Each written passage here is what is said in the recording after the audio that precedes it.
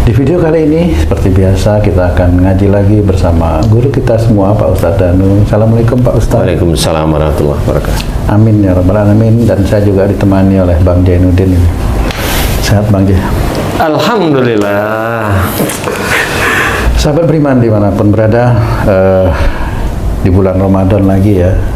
Ya. Di bulan Ramadan kita pasti pengen semua yang kita lakukan, ibadah-ibadah yang kita lakukan diterima oleh Allah Subhanahu wa ta'ala ya. Terus kadang-kadang juga tanpa kita sadari, kita sering misalnya anak kita pandai, mulai nih kita ceritain gitu. Terus anak kita yang masih remaja, dia ikut puasa dan penuh puasanya, mulai dibanggain tuh.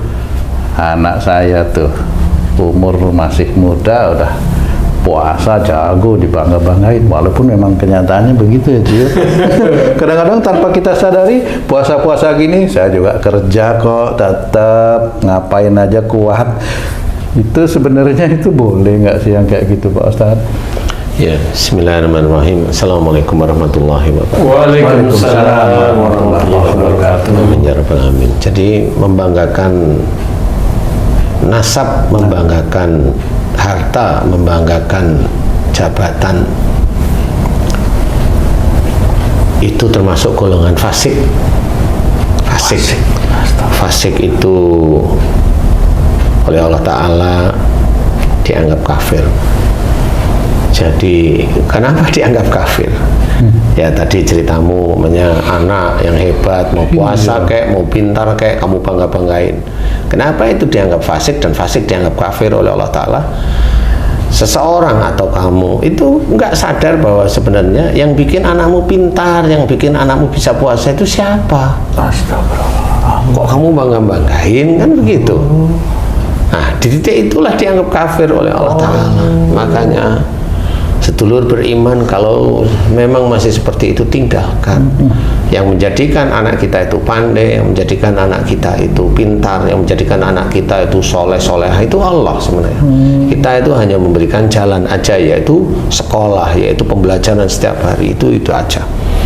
Kalau soal kita sendiri membanggakan nasab, ya ayah saya itu begini, ayah saya begini, ibu saya dulu begini, hebat begini, itu sama, itu membanggakan nasab. Itu juga fasik. Fasik dianggap kafir. Siapapun merasa dia itu hebat, merasa dia itu keturunannya siapa gitu, ya habis ya, insya Allah, walaupun dia Islam, ya nggak peduli Allah itu. Ya itu dianggap fasik, fasik dianggap kafir. Nah kita jangan seperti itu, belajarlah bahwa kalau memang itu membanggakan nasab, tidak boleh. Membanggakan apa, harta, itu tidak boleh. Jabatan tidak boleh. Karena yang kalau umpamanya kamu bangga setelah bisa nyelesain proyek itu memang kamu yang maculi di sana, kan enggak. Kamu harus ada begu atau untuk ngambil. Kemudian yang bangun kamu sendiri yang ngaduk semen, enggak. Loh, kok kamu aku di situ? Kan begitu. Tapi kamu aku dan kamu bangga-banggain kemana-mana. Lah itulah fasik. Tinggal berapa kali kamu melakukan itu, dan setiap kali kamu melakukan itu, kamu akan cerita. Setiap kali melakukan itu akan cerita.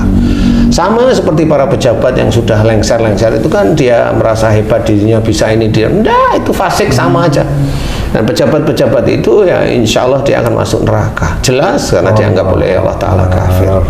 Jangan lakukan seperti itu. Kemudian harta yang kamu harta yang dimiliki kita dari pekerjaan kita ya, ini. Nah itu tidak boleh. Dari mana harta itu kamu miliki? Coba kamu punya harta 11M umpamanya. Saya tanya, hartamu 11M dari mana? Kan ada beberapa jawaban nih. Dari mana? Hibah. Hibah dari nenek moyang ini, mau bohongin. Iya ya. Hibah itu dari mana? Nah, itu. Kamu jangan nyindir pejabat yang lain. Nulisnya itu hibah. Nah, kalau warisan kan enggak, warisan kan memang diberi ya. Iya benar. Nah, kalau umpamanya hibah itu kan ya diberi sama. Tapi itu kan dari kong kali king kan gitu ya. Intinya adalah harta yang kamu dapat dari kamu kerja lah kasarannya ya. Iya, betul. Ya umpamanya kamu itu apa namanya, gajimu itu 250 juta umpamanya. Oh.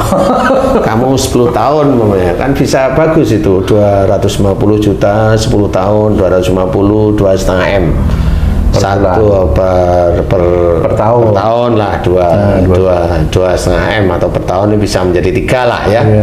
3 M kalau 10 tahun ya bisa menjadi 30 M kan begitu ya. 30 M kalau kamu kerja 20 tahun ya 60 M. Normal. Belum tantiem dan sebagainya itu Pak Ustaz. Ya normal lah, kamu punya rumah yang nggak terlalu besar, dan ini tanya rumahmu berapa? Satu ini aja. Berapa kamu bangun? Ini aku bangun itu sekitar 4,5 miliar. Normal. Kamu bangun setelah berapa tahun? Aku bangun setelah 10 tahun. Normal. Aku bangun setelah 5 tahun. Masih normal. Aku bangun setelah 3 tahun. Normal. Wong gajimu 250 juta. Kan gitu. Masih normal. Nah, tapi kalau kamu itu banggain rumahmu, kamu banggain, kemudian desain kamu banggain, semuanya kamu banggain itu, nah itu membanggakan harta.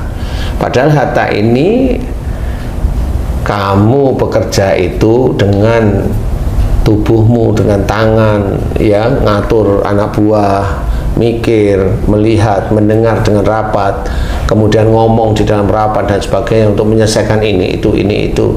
Ya, pekerjaanmu dari situlah ya. Nah, pertanyaan saya lah, itu harta kok bisa kamu anggap itu kamu sendiri yang punya, dari mana itu? Apalagi kamu bangga-banggain dari mana? Dari saya bekerja. Nah, pertanyaan saya adalah, emang mulutmu yang nyiptain siapa?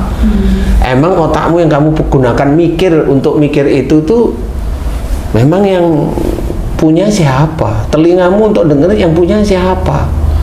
Tanganmu, kakimu untuk melakukan aktif yang punya siapa? Oh, kamu aku itu milikmu. Jadi nol putul gitu ya? Ya, makanya kenapa kalau harta yang kamu dapatkan dari kerjaan kamu anggap itu hartamu, itu kafir sebenarnya. Iya.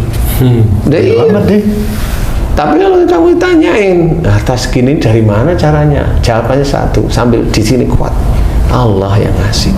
Oh, itu beda. Allah yang ngasih. Oh, berarti kamu kan dulu sekolah di luar negeri. Nah, saya sekolah di Indonesia aja. Kalau sekolah luar negeri banyak itu yang korupsi. Kan sekolah di Indonesia aja cukup kok, kan gitu. Terus dari sekolahmu itu kan kamu bisa ini. Nah, saya sekolah pun atas izin Allah, sehingga saya diizinkan lulus. Apalagi apa yang mau dipamer-pamer? Enggak ada, semua dijawab Allah. Dan titik itu kalau memang hatinya menyebut, ya begitu. Kok kamu itu anakmu kok cantik? Wah, istriku cantik. Itu sama itu. Nggak boleh juga. Iya, nggak boleh. Walaupun kenyataannya begitu Pak. Lah, kenyataan itu kan bukan kenyataan kalau memang mau diberikan, gimana coba? Kalau misalnya sama istri nih, mohon maaf nih, wah lihat tuh anak kita udah jago-jago, itu juga ya, sama. Walaupun sama yang buat itu, maksudnya sama-sama buat kan gitu Pak. Iya. Nggak boleh juga. Iya, nggak boleh. Makanya jangan kita mengada-ada bahwa harta yang kita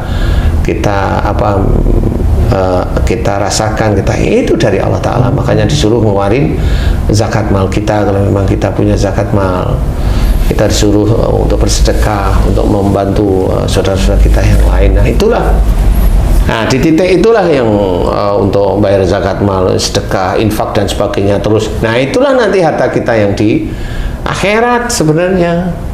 Udah tahu ini milik Allah, yang dikasihin, walaupun tidak dihabisin loh ya, kasih aja. Untuk habisin kenapa? Kalau dihabisin istri kita nggak bisa masak, repot lagi kan, seperti itu ya. Normal-normal aja lah kan gitu ya.